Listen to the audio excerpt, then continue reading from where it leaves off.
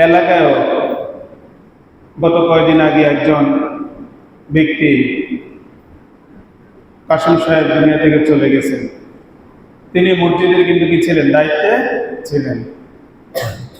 আল্লাহ তাআলার হুকুমে দুনিয়া থেকে প্রতিনিয়ত অসংখ্য মানুষ চলে যাচ্ছে। সেই চলে যাওয়ার ধারাবাহিকতার মধ্যে আল্লাহ তাআলা আমাদেরকে যে হায়াত দেওয়ার কারণে আমরা এখনো দুনিয়ার জমিনে আছি।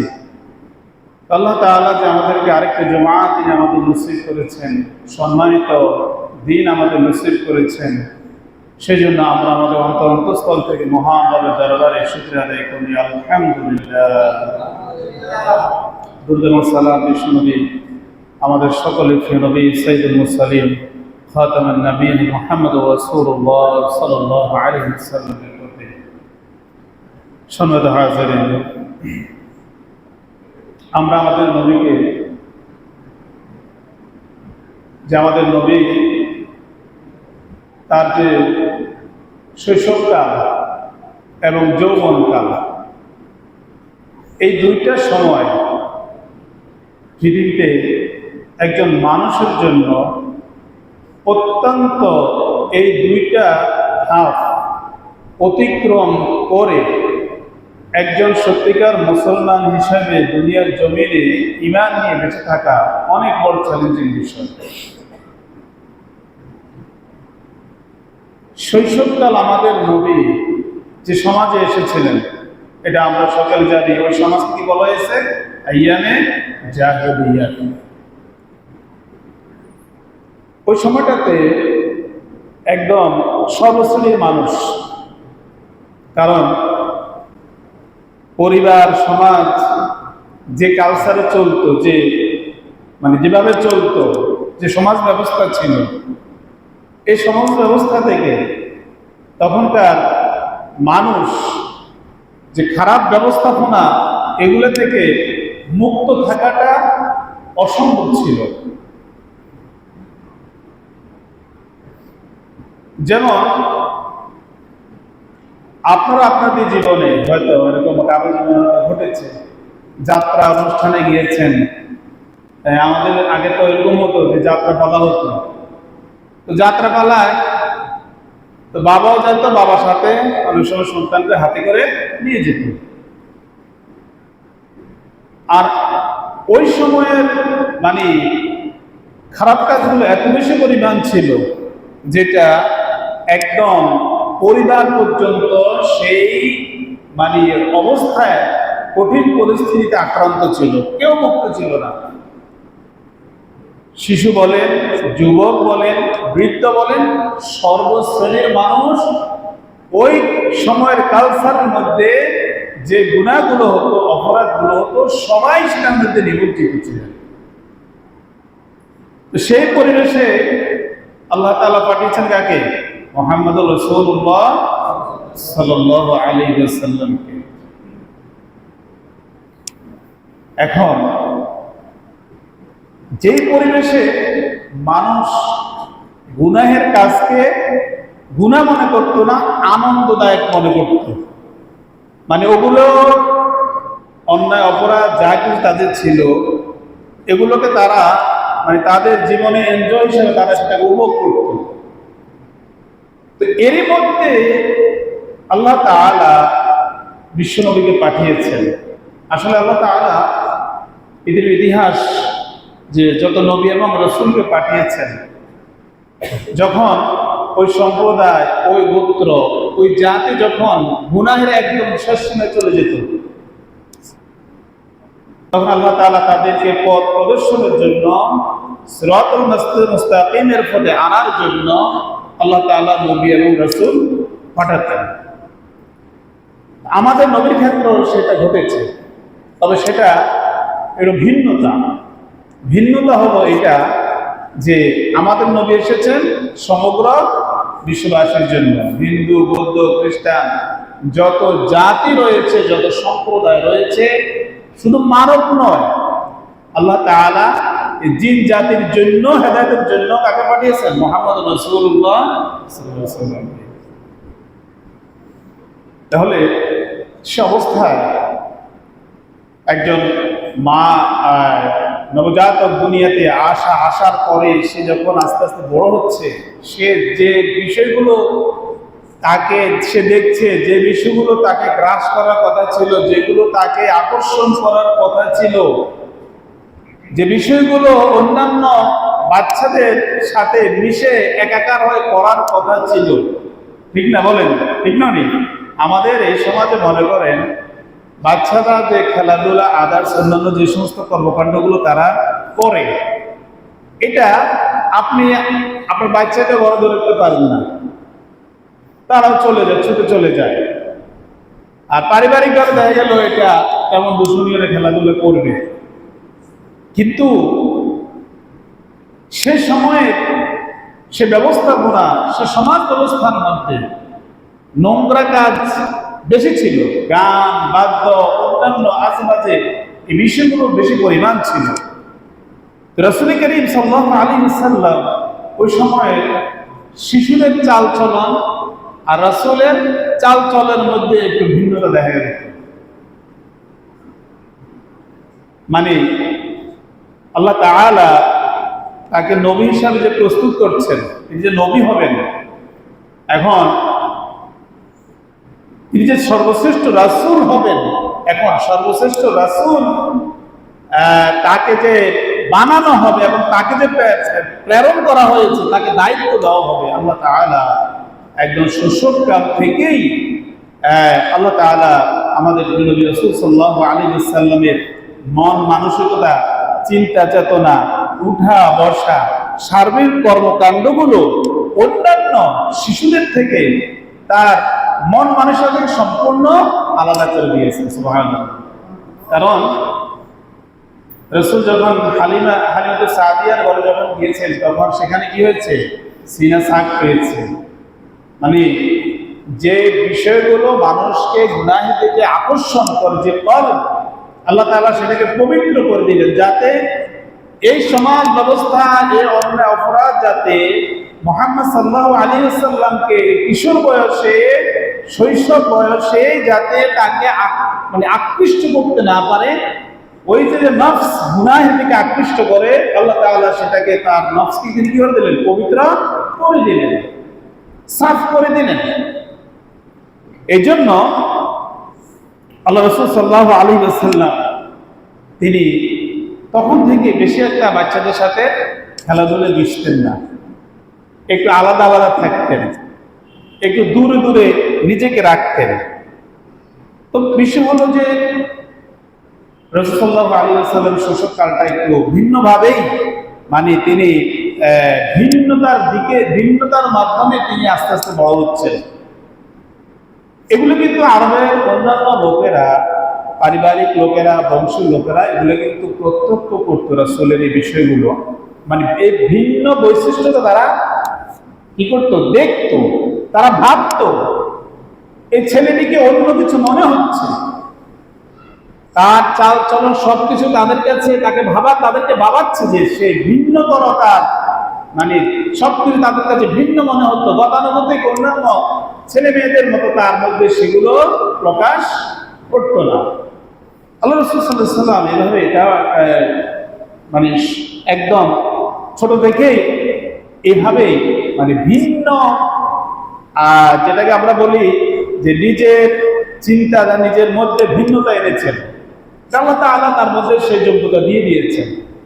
রাসূল এসেছেন মক্কায়, যে মক্কা ছিল মানে দুর্ভিক্ষের, রাসূল এসেছেন মক্কা থেকে দুর্ভিক্ষ চলে গেল, বৃষ্টি হচ্ছে না। আরবের লোকেরা বলছে যে তার চাচাকে বলছে, আবু তালিব, আপনি মক্কা কাবা গিয়ে আপনি আল্লাহর কাছে, মানে তাদের তো তাদের লাখ মারা পড়ছে, এগুলো আপনি বৃষ্টি চান, তাদের ফসল সব নষ্ট হয়ে যাচ্ছে, ফসল উৎপাদন হচ্ছে না দীর্ঘদিন। আর সেখানে আল্লাহ রাসূল সাল্লাল্লাহু আলাইহি ওয়াসাল্লামকে সাথে নিয়ে গেলেন। চাচার বিশ্বাস, আমারে ভাতিজা কিন্তু সাধারণ কোনো লোক নয়। চাচার বিশ্বাস, এই বৃষ্টি যদি আসমান থেকে উপর থেকে নামাতে হয় তাহলে ভাতিজাকে লাগবে। আবার প্রান্তরে চলে গেলেন ভাতিজাকে নিয়ে। আর তিনি হাত উঠালেন, রাসূলুল্লাহ সাল্লাল্লাহু আলাইহি ওয়াসাল্লাম হাত উঠালেন, রাসূলুল্লাহ সমাধান 8 বছর আবু তালেব মানে অপেক্ষা করছেন একটা মানে পরিস্থিতির কোন পরিবর্তন তিনি অপেক্ষা করছেন। এরকম একদম আকাশ মেঘ মুক্ত আকাশ। আর যখনই রাসূল হাত উঠালেন, মুহূর্তের মধ্যে পুরো মক্কা নগরী মেঘাচ্ছন্ন হয়ে গেল। সুবহানাল্লাহ, সুবহানাল্লাহ। হালিমাতুস সাদিয়া বলেন যে রাসূল সাল্লাল্লাহু আলাইহি ওয়াসাল্লাম যখন এই যে তার ছেলের সাথে যখন বকরি চড়াতে যেত, তখন সে যেদিকেই যেত মেঘের ছায়া তাকে ছায়া দিত। প্রচন্ড রৌদ্রের মধ্যে তার গায়ের মধ্যে কি মেঘের ছায়া পড়ত। রাসূলের শৈশবকালটা এটা নবী হিসাবে আল্লাহ তাআলা কিছু নিদর্শন, কিছু বৈশিষ্ট্য রাসূলের মধ্যে দিয়ে দিয়েছেন এবং আরববাসীর কাছে সেগুলো কিছুটা তিনি যে ভিন্ন আঙ্গিকের, তিনি যে ভিন্নতার মানুষ, সেটা আল্লাহ তাআলা কিছুটা এটা তাদের সাথে প্রকাশ করে। যেমন রাসূলুল্লাহ সাল্লাল্লাহু আলাইহি ওয়াসাল্লাম যখন সিরিয়াতে ব্যবসায় চাচা যেতে যাচ্ছিলেন, সেখানে প্রতিমধ্যে যে এক পাদ্রী সেখানে বিশ্রাম নেওয়ার এক গির্জা সম্ভবত বিশ্রাম নিয়েছিলেন, তারা সেখানে ব্যবসায়ী যে প্রতিনিধি তারা সিরিয়া যাচ্ছেন রাসূলের বংশ কুরাইশদের আবু তালেবের নেতৃত্বে। তো সেখানে খ্রিস্টান পার্টি কি দেখলো যে পুরো কাফেলা, এত বড় একটা কাফেলা, সবার উপর রৌদ্র পড়ছে, কিন্তু বাচ্চাটা তার সাথে, যে ছেলেটা তার সাথে, তার উপরে মেঘে আলাদাভাবে মেঘটা ছায়া দিচ্ছে। সুবহানাল্লাহ। সে বুঝে গেছে, সে বলতে আর তাকে সিরিয়াতে নিয়ে যাওয়া যাবে না, কারণ যদি সিরিয়াতে নেন তাহলে ইহুদিরা তাকে ছিনে ফেলবে, তাকে হত্যা করবে, তাকে আবার আপনারা মক্কায় নিয়ে যান। তাকে রাসূলকে শেখার পরে ঠিকই মক্কায় নিয়ে আনা হবে। এটা হলো রাসূলের শৈশবকালে, মানে যে রাসূল যে নবী হিসেবে পৃথিবীতে এসেছেন, আল্লাহ তাআলা কিছু নিদর্শনের মাধ্যমে সেটা মেসেজ দিয়ে দিয়েছেন। আল্লাহ রাসূল সাল্লাল্লাহু আলাইহি ওয়াসাল্লাম যখন যৌবনকাল, সবচেয়ে ক্রিটিক্যাল টাইমটা হলো একজন মানুষের যুবক বয়স, এই সময়টা হলো সবচেয়ে মানে এটা যারা যুবক, মানে যারা যৌবনকালের মধ্যে আছেন, এই সময়টা কিন্তু এমন এক যে দুনিয়া অনেক কিছু রঙিন মনে হয়,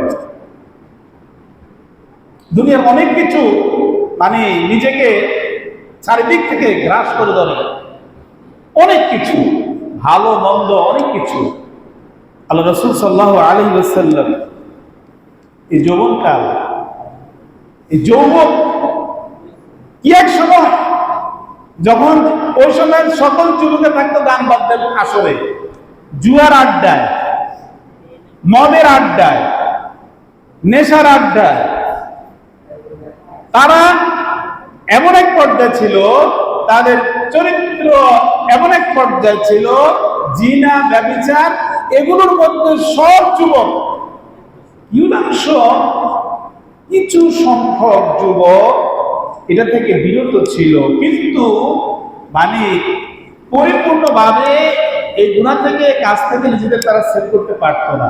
তুলনামূলকভাবে কিছু ভালো ছিল, সংখ্যা ছিল একদম নগণ্য। তো এমন এক সমাজে বিশ্বনবী সাল্লাল্লাহু আলাইহি ওয়াসাল্লাম যুবক হিসাবে আছেন, এমন চলমান সময় তিনি যুবক, তার বয়স 18, 20, 25, 35, 30, এই যে সময়টা, বিশেষ করে 15 বছরের পর থেকে এই সময়টা একজন মানুষের জন্য একটা গুরুত্বপূর্ণ সময়, কারণ এই সময় বেশিরভাগই যুবক পথহারা হয়ে যাওয়ার সম্ভাবনা বেশি থাকে, খুব বেশি থাকে। অনেক ব্যাপার আছে, অনেক বিষয় আছে, আমাদেরও এক সময় আমরা এই সময় কাটিয়েছি। এখন যারা আছে তোমার এটা চলমান আছে, এটা নিজেকে একটু মানে চিন্তা করো যে আসলে এই সময়টা মানে শয়তান কত দিক থেকে গ্রাস করে। একটা কারণে শয়তানের, যে একজন যুবককে যদি চরিত্র হারা করা যায়, একজন যুবককে যদি চরিত্র নষ্ট করে দেওয়া যায়, একজন যুবককে যদি নেশার আড্ডায় বসানো যায়, একজন যুবককে যদি মাদকাসক্তের মধ্যে ঢুকিয়ে দেওয়া যায়, তাহলে তার জীবনটা ধ্বংস হয়ে যাবে, সে দিন থেকে সরে যাবে, ইসলাম থেকে সরে যাবে। কারণ এই সময়ের ইবাদত, এই সময়ের কাজ, এই সময় আল্লাহর দিকে দাবিত হওয়া, যারা যে সমস্ত যুবকেরা এদিকে এই সময় দাবিত হয় আল্লাহর দিকে, আল্লাহ তাআলার কাছে এরা অনেক প্রিয়।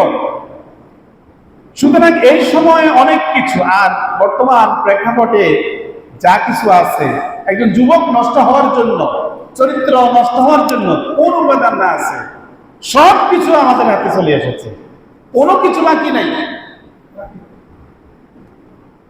কিন্তু আমরা এক জায়গায় ভালো আছি তুলনামূলক, সেটা কোন জায়গায়? প্রকাশ্য হয়তো আমাদের যেগুলা ঘটে তুলনামূলক আইয়ামে জাহিলিয়াত থেকে কম, কিন্তু আইয়ামে জাহিলিয়াত ছিল প্রকাশ্য গুনাহ, প্রকাশ্য জিনা, ব্যভিচার, প্রকাশ্যভাবে তারা মদ খেত, প্রকাশ্যভাবে তারা বিভিন্ন রকম অপকর্মে জড়িত ছিল, বেশি পরিমাণ ছিল। তাহলে এই সময়ে আমাদের নবী বিশ্বনবী রাসূলুল্লাহ সাল্লাল্লাহু আলাইহি ওয়াসাল্লাম, এই সময় তিনি তার দ্বারা অন্যায়, মানে অন্যায় তো করতেনই না, কোন অন্যায় কাজও তাকে স্পর্শ করতো না। সুবহানাল্লাহ বলেন। দুইটা বিষয়, এক তো রাসূল কোন অন্যায় করতেনই না, দ্বিতীয়ত হলো ওই সমাজ ব্যবস্থার মধ্যে, ওই কঠিন অবস্থার মধ্যে যে সময় যুবকদের জন্য, তাদের চরিত্র ধ্বংসের জন্য তখন প্রতিযোগিতা ছিল, আর তারা সেটাকে আনন্দের সহিত তারা উপভোগ করতো অন্য অপরাধগুলোকে। রাস্তা দিয়ে একজন মেয়ে, একটা যুবতী, সে কখনো এক জায়গা থেকে অন্য জায়গায় সে নিরাপদে যেতে পারত না। তাহলে চিন্তা করেন, যে সমাজে নিজের আপন বোনকে ভাই বিয়ে করত, আস্তাগফিরুল্লাহ বলবেন না, নিজের মাকে ছেলে বিয়ে করত, কি প্রেক্ষাপট? বাজারের মধ্যে নারীদেরকে বিক্রি করা হতো গরুর মতো। সে সমাজ ব্যবস্থার ভিতরে আমাদের প্রিয় নবী রাসূল সাল্লাল্লাহু আলাইহি ওয়াসাল্লাম, তিনি ওই বয়সে এমন ভাবে নিজেকে চালিয়েছেন, একটু চিন্তা করেন কত কঠিন বিষয় এটা, কত কঠিন বিষয়। আমরা যারা আছি, যারা বৃদ্ধ আছেন, আমি আগে বলেছি, এমন কোন লোক এখানে হয়তো দেখবেন পাওয়া যাবে না যে সে সময় যাত্রা ফলায় সকলেও না গেছেন, সকলে গানের অনুষ্ঠানে না গেছেন, এমন লোক খুব কমই খুঁজে পাওয়া যাবে। কিন্তু সেটা কিন্তু আমাদের সমাজ ব্যবস্থার মধ্যে খুবই মারাত্মক ছিল না, কিন্তু রাসূল সাল্লাল্লাহু আলাইহি ওয়াসাল্লামের জামানার সমাজ ব্যবস্থার মধ্যে এগুলো ওই সময়ে বর্তমান তুলনায় ওগুলো অতি নগণ্য, মানে অতি ক্ষুদ্র হিসাব করা যায়, এত পরিমাণ সেখানে পাপ হতো। তো সেই সমাজে বিশ্বনবী আমাদের প্রিয় রাসূল সাল্লাল্লাহু আলাইহি ওয়াসাল্লাম, তিনি যুবক, তিনি সে অবস্থায় তিনি ছিলেন, সত্যের উপর ছিলেন, ন্যায়ের উপর ছিলেন, এবং আল্লাহ রাসূল সাল্লাল্লাহু আলাইহি ওয়াসাল্লাম যখন বয়স 20 বছর, তো সেখানে আরবের মধ্যে কায়েস এবং কুরাইশ গোত্রের মধ্যে একটা যুদ্ধ হয়েছে, কায়েস গোত্র এবং কুরাইশ গোত্র। তো রাসূল সাল্লাল্লাহু আলাইহি ওয়াসাল্লামের বংশধর হলো কুরাইশরা। রাসূল সাল্লাল্লাহু কিন্তু সেখানে দেখলেন যে তিনি, যে কায়েস গোত্র তারা আরবের কুরাইশ বংশের সাথে তারা অনেক অন্যায় করেছে, যার কারণে কুরাইশ বংশ তাদের সাথে যুদ্ধ করতে বাধ্য হয়েছে।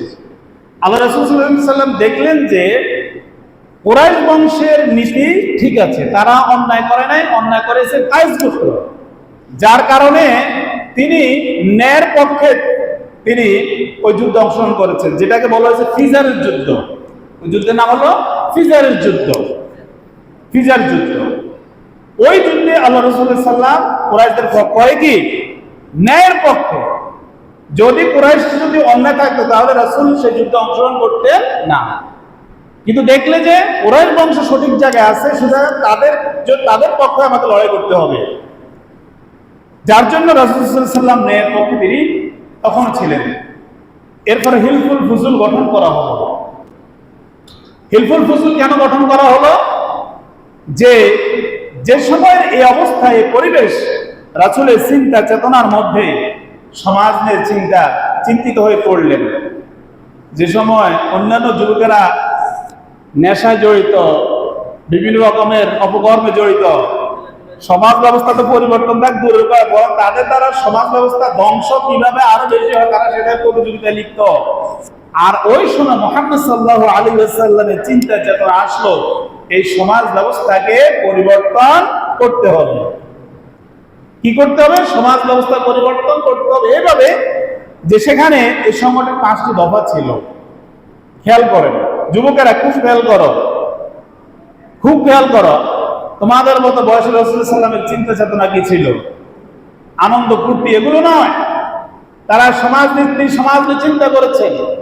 সেখানে 5টি দফা দেওয়া হয়েছে। যে 1 নম্বর দফা হলো দেশ থেকে সকল অশান্তি দূর করতে হবে। 2 নম্বর দফা হলো যে যারা মানুষের জানমালের নিরাপত্তা, ওই জানের নিরাপত্তা, ইজ্জতের কোনো নিরাপত্তা নাই, চুরি ডাকাতি, যেখানে যাকে বা সব লুট করে লয়ে যায়, যার শক্তি আছে সে সব লুট করে লয়ে যায়। এই যে জানমালের যে নিরাপত্তা, এই নিরাপত্তা বিধানের জন্য তারা সেখানে রাসূল সাল্লাল্লাহু আলাইহি ওয়াসাল্লাম যে 5টি দফা দিয়েছেন তার মধ্যে একটা হলো মানুষের জানমালের নিরাপত্তা নিশ্চিত করতে হবে। এরপরে যারা অভাবগ্রস্ত রয়েছে, তাদের অভাব, তাদেরকে সাহায্য করতে হবে, তাদেরকে সাহায্যে এগিয়ে আসতে হবে। তবে আলহামদুলিল্লাহ আমরা এবার এই বন্যায় আমরা আমাদের যুবক সমাজকে আমরা মানুষ সবার মধ্যে পেয়েছি। আলহামদুলিল্লাহ, আলহামদুলিল্লাহ, এটা একটা পরিবর্তন। এবং আমার এটা তো আরো বলেছি যে এবারের মতো এই পরিবর্তনটা মানে সর্বস্তরে একদম দল মত নির্বিশেষে বিনা স্বার্থে যুবকেরা মানুষের ঘরে ঘরে তারা ত্রাণ নিয়ে গেছে। তারা এখানে তাদের দ্বারা কোনো 5 টাকা তসরুফ হয় নাই, কিছু হয় নাই, বরং মানবতার সেবায় নিজেকে মানে নিজেদের রেখে তারা সন্তুষ্টি প্রকাশ করেছে। এত কষ্ট করে মাথায় খাদ্য নিয়ে ঘরে ঘরে পৌঁছিয়ে দিয়েছে, এটা স্বাভাবিক কথা নয়। এই পানি পার হয়ে আমি দোয়া করি আল্লাহ তাআলা এই মানব সেবা, তাদের সেবাকে আল্লাহ তাআলা কবুল করে নেন। এবং এই সেবার মাধ্যমে একটা জিনিস তোমাদের জন্য, তোমরা রাসূল সাল্লাল্লাহু আলাইহি ওয়াসাল্লামের এখানে আদর্শ তোমরা অনুসরণ করেছো। তবে হ্যাঁ, এই আদর্শ তখনই কাজে লাগবে যখন তোমার নামাজ, তোমার সাথে আল্লাহ তাআলার সম্পর্ক, দ্বীন-এ ইসলামের সম্পর্ক ঠিক থাকবে। তখন এই সেবাটা আল্লাহ তাআলার কাছে কি হবে? মঞ্জুর হবে। এরপরে মজলুমের সাহায্য করা। রাসূল সাল্লাল্লাহু আলাইহি ওয়াসাল্লাম এই যুবক বয়সে চিন্তা করলেন জালিম এত বেশি, মজলুম এত বেশি হয়ে গেছে, মানে যারা অপরাধ করে না তাদেরকে অপরাধী বানা, অথবা তাদের উপর জুলুম হয়, নির্যাতন হয়। রাসূল এগুলো দেখে তিনি অত্যন্ত ব্যথিত হতেন, কিন্তু রাসূলের কার পক্ষে তখন সেটা সম্ভব ছিল না। যার জন্য হিলফুল ফুজুলের মাধ্যমে, সংগঠনের মাধ্যমে রাসূল সাল্লাল্লাহু আলাইহি ওয়াসাল্লাম সিদ্ধান্ত নিলেন যে মজলুমের সাহায্য করতে হবে। কেউ যদি কারো উপর যদি কোনো জালিম যদি কোনো কারো মানুষের জুলুম করে, সেখানে আমরা যুবকদের সংগঠন আমরা সেখানে দাঁড়িয়ে যাব, আমরা এটা প্রতিরোধ করব, আমরা জালিমকে মোকাবেলা করব, আমরা মজলুমের পক্ষে থাকবো, যাতে মজলুম জালিম থেকে কি পায়? যাতে রক্ষা পায়। এরপরে আরেকটা চূড়ান্ত সিদ্ধান্ত তারা নিয়েছে যে মক্কার ভিতরে কোনো জালিমকে প্রবেশ করতে দেওয়া হবে না।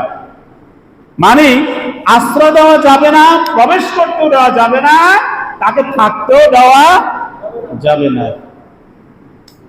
কারণ যারা জুলুম করে এরা এমন এক মানে নিকৃষ্ট শ্রেণী, এরা মানুষের অনেক অধিকার নষ্ট করে, মানুষের কথা বলার অধিকার নষ্ট করে, মানুষের দেখা গেছে তার অর্থনৈতিক অধিকার নষ্ট করে, সামাজিক মর্যাদা নষ্ট করে। অনেক কিছু বিষয় আছে বা যারা মজলুম, যারা জালিম, তারা এগুলো করে মজলুমের উপর। যার কারণে রাসূল সাল্লাল্লাহু আলাইহি ওয়াসাল্লাম তারা এই সংগঠনের মাধ্যমে তারা মজলুমের জন্য, অর্থাৎ যারা জালিম তারা যাতে জুলুম করতে না পারে সেজন্য তাদেরকে দেশে রাখা যাবে না। খেয়াল করছেন যে তাদেরকে আশ্রয় দেওয়া যাবে না। এরপরে বিশ্বস্ততা, বিশ্বস্ততা কি বিশ্বস্ততা? আল্লাহ রাসূল সাল্লাল্লাহু আলাইহি ওয়াসাল্লামকে যখন তিনি মানে যৌবনকাল যখন এরকম কাজগুলো করছেন, মানবতার কাজ করেন, মানব কল্যাণে কাজ করছেন, তখন আল্লাহ রাসূল সাল্লাল্লাহু আলাইহি ওয়াসাল্লামকে এত বেশি পরিমাণ তখনকার লোকেরা ভালোবাসতো। আল্লাহ রাসূল সাল্লাল্লাহু আলাইহি ওয়াসাল্লামের নাম কি? মুহাম্মদ ননি? মুহাম্মদ, কিন্তু কেউ তাকে মুহাম্মদ বলতেন না। খেয়াল করেন কি রকম নৈতিকতা এবং মানুষের ভালোবাসা পেলে এই মর্যাদা লাভ করা যায়। তার নাম মুহাম্মদ। একজন মুরব্বীও তাকে মুহাম্মদ, ছেলের বয়সী, তার ছেলের বয়সী, তার নাম তো দেখতেন না, সবাই বলতেন এক নামে আলামিন। কি বলতেন? আলামিন বলতেন, সবাই আলামিন বলতেন। আব্দুল্লাহ ছেলে মুহাম্মদ বলতেন না। তাহলে এটা কেন হলো? বিশ্বস্ততা, বিশ্বস্ততার পরিচয় দিয়েছেন রাসূলুল্লাহ সাল্লাল্লাহু আলাইহি ওয়াসাল্লাম। আমানতদারিতা, আচার আচরণ, উত্তম ব্যবহার, এগুলোর কারণে মানুষ তখন রাসূল করিম সাল্লাল্লাহু আলাইহি ওয়াসাল্লামকে এভাবেই তাকে নিজের ছেলের মতো কিন্তু সম্মান দিয়েছেন, অন্যরকম সম্মান দিয়েছেন। শেষ ঘটনা বলে শেষ করে আলোচনা, যেহেতু আমাদের নবী সাল্লাল্লাহু আলাইহি ওয়াসাল্লাম তিনি হলেন ওয়া ইন্নাকা আলা খুলুকিন আযীম, যে আল্লাহ তাআলা বলছেন যে আপনি হলেন মহান চরিত্রের অধিকারী। আল্লাহ রাসূলুল্লাহ সাল্লাল্লাহু আলাইহি ওয়াসাল্লামের চরিত্র একদম শৈশবকাল থেকেই কিন্তু ভিন্ন, শৈশবকাল থেকে রাসূলের চরিত্র ছিল ভিন্ন। আল্লাহ তাআলা আবার এটাও বলেছেন যে ওমা আরসালনাকা ইল্লা রাহমাতাল লিল আলামিন। আরবের মধ্যে হাজরে আসওয়াদ, যেটা কালো পাথর এখন আছে না, যেটা চুমু খায় কাবার মধ্যে লাগানো, হাজরে আসওয়াদ এরকম কাবার কোনটা ভেঙে গেল, ভেঙে যাওয়ার কারণে হাজরে আসওয়াদটা ধসে পড়ে গেল। এখন এই হাজরে আসওয়াদ এটা সম্মানিত, আরবের কাছে, লোকজনদের কাছে, গোত্রের কাছে সবচেয়ে সম্মানিত। এখন এই হাজরে আসওয়াদটা সেখানে প্রতিস্থাপন করা নিয়ে তাদের মধ্যে দ্বন্দ্ব দেখা দিল। কে করবে, কে দায়িত্ব নেবে, এটা একটা মর্যাদার বিষয়। এখন তাদের মধ্যে অনেকটাই এটা নিয়ে বাদানুবাদ এবং অনেকটাই তারা যুদ্ধের মুখোমুখি হয়ে গেছে যে অমুক বলে আমরা লাগাবো, অমুক এটা আমাদের সম্মানের বিষয়, অমুক আমাদের সব, কোরআন বলছে আমাদের, অমুক আমাদের, মানে কঠিন এক পরিস্থিতি। এরপরে সেখানে তাদের মধ্যে আলোচনার মধ্যে সিদ্ধান্ত হলো যে এটা আমরা লাগানোর জন্য একজন নিরপেক্ষ লোককে আমরা দায়িত্ব প্রদান করব। তো তারা সবাই সেখানে গেল, গিয়ে দেখলো যে মুহাম্মদুর রাসূলুল্লাহ সাল্লাল্লাহু আলাইহি ওয়াসাল্লাম সবার আগে সেখানে গিয়ে উপস্থিত। এখন রাসূলকে দেখেই তারা বললো আমাদের আর চিন্তার কোনো কারণ নাই, আমরা মুহাম্মদের হাতে দায়িত্বটা আমরা অর্পণ করলাম। সুবহানাল্লাহ। কারণ সে এখানে কোনো পক্ষপাতিত্ব করবে না। আল্লাহ রাসূল সাল্লাল্লাহু আলাইহি ওয়াসাল্লাম খুব টেকনিক অবলম্বন করলেন, কি করা যায়। তিনি নিজে কিন্তু এটা লাগাবেন না, খেয়াল করেন। তিনি একটা মানে এরকম একটা আনালেন, এরকম রুমাল আনালেন, আনানোর পরে বড় যে বললেন যে এটা মাঝখানে রাখুন সবাই। রাখার পরে গোত্রগুলোকে বললেন আপনারা কোনায় কোনায় ধরেন, কোনায় কোনায় ধরেন, ধরে এরপরে আপনারা সকলেই হাজরে আসওয়াদটা সেখানে সবাই বসিয়ে দেন। সবাই এখন খুশি হয়ে গেছে। এখন আর কোন এখানে ডিবেট আছে? কাউকে কেউ কি বাদ গেছে? না, এখন এটা সবার অংশগ্রহণের মধ্য দিয়ে হাজরে আসওয়াদটা স্থাপন করা হলো। বিরাট এক কলহ থেকে পুরো আরব গোষ্ঠী বেঁচে গেল, একটা যুদ্ধ থেকে বেঁচে গেল, এবং সর্বোপরি রাসূল সাল্লাল্লাহু আলাইহি ওয়াসাল্লাম এটা একদম নিরপেক্ষ সমাধান দিয়ে দিলেন। এই ঘটনাগুলো কিন্তু নবুয়ত প্রাপ্তির সফরে নয়, এগুলো আগেই ঘটেছে। আল্লাহ নবী সাল্লাল্লাহু আলাইহি ওয়াসাল্লাম আল্লাহ তাআলা এমন কিছু হিকমা শিক্ষা দিয়েছেন বিশ্ব নবীকে যৌবন বয়সে, যুবককালে, যেটা আরবের মধ্যে সবচেয়ে বেশি প্রশংসিত ছিল। সুতরাং যুবক ভাইদের প্রতি একটা অ্যাডভাইস থাকবে, সেটা হলো আমাদের আদর্শ আমাদের নবী, আমাদের যৌবন, আমরা যে এখন যুবক, যারা যুবক আছো, যে তোমরা হলো ইসলামের মানে জানটাকে উদ্দিন করার শক্তি তোমাদের সবচেয়ে বেশি। তোমরা যদি ইসলামের জানটাকে উদ্দিন করে তোলো তাহলে ইসলাম ছড়িয়ে পড়বে, আর তোমরা যদি নিভে যাও তাহলে ইসলামও আগাবে না। সুতরাং রাসূল সাল্লাল্লাহু আলাইহি ওয়াসাল্লাম থেকে শুরু সকল নবী আলাইহিস সালাতু ওয়াস সালাম তাদের যৌবনকালটা তারা এমন ভাবে, তারা এত বেশি পরিমাণ তারা আল্লাহর নিকটবর্তী হয়েছে, আল্লাহ তাআলা তাদেরকে বিজয় দান করেছে। সুতরাং যারা যুবক রয়েছে, আমাদের আদর্শ দুনিয়ার কেউ না, কোনো ব্যক্তি না, আমাদের সকলের আদর্শকে বলো মুহাম্মদুর রাসূলুল্লাহ। আমাদের মডেলকে মুহাম্মদুর রাসূলুল্লাহ। দুনিয়ার কোনো ব্যক্তি নয়, কোনো ব্যক্তি নয়, সে যত বড় ফাদল হোক না, আমাদের আদর্শ হল মুহাম্মদ সাল্লাল্লাহু আলাইহি ওয়াসাল্লাম। কারণ এই মুহাম্মদ সাল্লাল্লাহু আলাইহি ওয়াসাল্লামের সুপারিশ ব্যতীত আমরা কেউ জান্নাতে যেতে পারবো না। সুতরাং তিনি আমাদের আদর্শ। আসো আমরা সকলে মুহাম্মদ সাল্লাল্লাহু আলাইহি ওয়াসাল্লামের যৌবনের যে বিষয়গুলো আছে, এগুলো আমাদের জীবনে আমরা অন্তত প্রতিষ্ঠা করার চেষ্টা করি। আল্লাহ তাআলা আমাদের সকলকে সেই তৌফিক দান করুন। আমিন। ওয়া আখিরু দাওয়ানা আনিল